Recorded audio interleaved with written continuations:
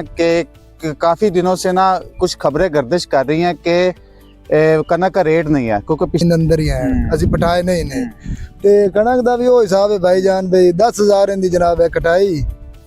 यानी कि बुलाने का मकसद ये है कि हमें बताएं अभी तक ये कनकें क्यों खड़ी हुई हैं।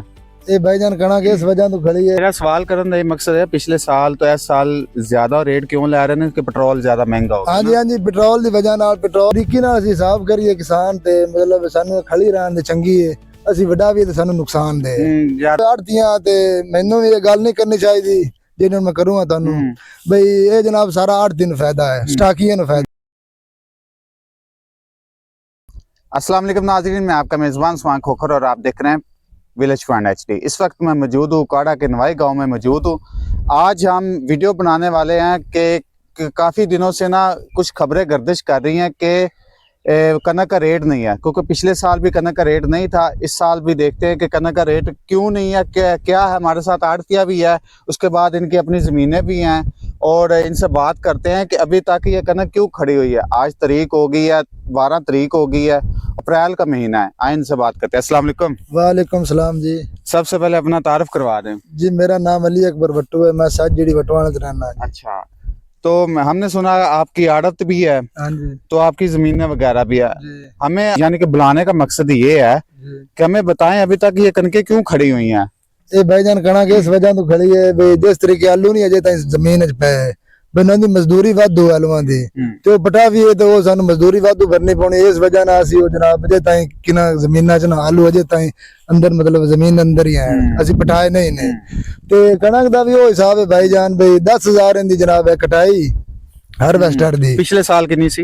पिछले साल आए जनाब 6,000 के साथ आए। मेरा सवाल करने का ये मकसद है पिछले साल तो इस साल ज्यादा रेट क्यों ला रहे हैं कि पेट्रोल ज्यादा महंगा हो गया। हाँ जी पेट्रोल की वजह नाल पेट्रोल हो गया जनाब 520 रुपये मतलब डीजल है जेड़ा डीजल ही चलता। हाँ डीजल ही चल रहा जनाब मतलब ते जेड़ा पेट्रोल है वो भी है 380 रुपये ते जनाब इनकी वजह नाल 10,000 लै रहे ने मशीन वाले जेड़ी मतलब उन कटाई करते ने ते जेड़ी है ना तूड़ी वाली वो लेंदे पे जनाब 25,000 ते बरीकी नाल ਅਸੀਂ हिसाब करिए किसान ते मतलब सानू खड़ी रहन दे चंगी है ਅਸੀਂ ਵੱਡਾ ਵੀ ਤੇ ਸਾਨੂੰ ਨੁਕਸਾਨ ਦੇ ਜ਼ਿਆਦਾ ਪੈਸੇ ਉਹ ਲੈ ਰਹੇ ਜਿਹੜੇ ਕੱਟਣਾ ਹੈ। ਹਾਂਜੀ ਇਹ ਹਿਸਾਬ ਨਾਲ ਮੈਂ ਮਤਲਬ ਆੜਤੀਆਂ ਤੇ ਮੈਨੂੰ ਇਹ ਗੱਲ ਨਹੀਂ ਕਰਨੀ ਚਾਹੀਦੀ ਜਿਹਨੂੰ ਮੈਂ ਕਰੂੰਗਾ ਤੁਹਾਨੂੰ ਬਈ ਇਹ ਜਨਾਬ ਸਾਰਾ ਆੜਤੀ ਨੂੰ ਫਾਇਦਾ ਹੈ ਸਟਾਕੀਆਂ ਨੂੰ ਫਾਇਦਾ ਹੈ। ਇਹ ਜਿਸ ਮਤਲਬ ਕਿਸਾਨ ਕੋ ਨਿਕਲ ਜਾਣੀ ਹੈ ਸਾਰੀ ਗੰਦਮ ਉਹ ਸਾਰੇ मतलब आड़ती ਨੂੰ फायदा होना किसान वो स्टाकिया कर लेना मतलब जो स्टाकिया है उस कणक सारी स्टाक कर लेनी तो फिर उन्हें बड़ा फायदा होना। जेड़ा हुण मतलब मौजूदा दा रेट बनया खड़ा है मेरे हिसाब नाल दा रेट है 2500 तो लेके 3300 तक। ये तानू आवाज आई? हां जी ये मैचर दे हिसाब नाल भी अच्छा मैचर होया ते ज्यादा रेट वो मैचर दे हिसाब नाल मतलब रेट थानू देना। साडे नाज़रीन नू थोड़ा जिहा क्लियर कर दो कि इहदे ते किन्नी इन्वेस्टमेंट होंदी, किन्ने यानी कि टाइम लग जांदे तैयार होण च? ਇਹਨੂੰ ਤਿਆਰ ਹੋਣ ਜਨਾਬ 3.5 ਮਹੀਨੇ ਲੱਗ ਜਾਂਦੇ ਨੇ। ਤੇ ਕੀ ਇਹਦੇ ਖਿਆਲ ਕੀ ਕਰਨਾ ਪੈਂਦਾ ਕਿ ਪਾਣੀ ਪੂਣੀ ਵਾਸਤੇ? ਖਿਆਲ ਇਹਦਾ ਹੈ ਜਨਾਬ ਬਈ ਅੱਛਾ ਬੀ ਹੋਵੇ ਉਹ मतलब अच्छी जमीन तैयार की जावे ਜਿਹੜੀ ज्यादा मतलब ਜਿਹੜਾ ਗੋਬਰ ਹੈ ਉਹ ਇਸਤੇਮਾਲ ਕੀਤਾ ਜਾਵੇ ਖਾਦ ਦੀ ਬਜਾਏ। ਅਗਲੇ ਆਪਣੇ ਪੁਰਾਣੇ ਜਿਹੜੇ ਵੱਡਕੇ ਆਣਾ ਜੱਟ ਸਾਡੇ ਉਹ ਜਨਾਬ ਖਾਦ ਦੀ ਬਜਾਏ ਉਹ मतलब ਗੋਬਰ ਇਸਤੇਮਾਲ ਕਰਦੇ ਹਨ। ਇੱਕ ਤਾਂ ਫਸਲ ਚੰਗੀ ਨਿਕਲਦੀ ਹੈ ਨਾਲੇ मतलब ਤਾਕਤਵਰ ਹੁੰਦੀ ਹੈ। ਤੇ ਹੁਣ ਤਾਂ ਜਨਾਬ ਆ ਗਈਆਂ ਨੇ ਖਾਦੂ आ गए ने जनाब ते कोई हाल नहीं मतलब बंदे भी नाजुक हो गए कमजोर हो गए मतलब जी आप करने स्प्रे स्प्रू उनकी वजह ना जी कणक उनके भी असर थोड़ा होंगे घट होंगे रोटी असर थोड़ा होंगे इस वजह नाल इंसान जी सेहत है ना वो खराब होने पाउंदी है। इस लास्ट साडे वेखण वाले की पैगाम दवोगे जेडे इस टाइम रो रहे ने यानी कि उन्होंने कोई उन्होंने हक नहीं मिलता पाया ना रेट भी नहीं, हुकूमत नूं की पैगाम देना चाहते हो?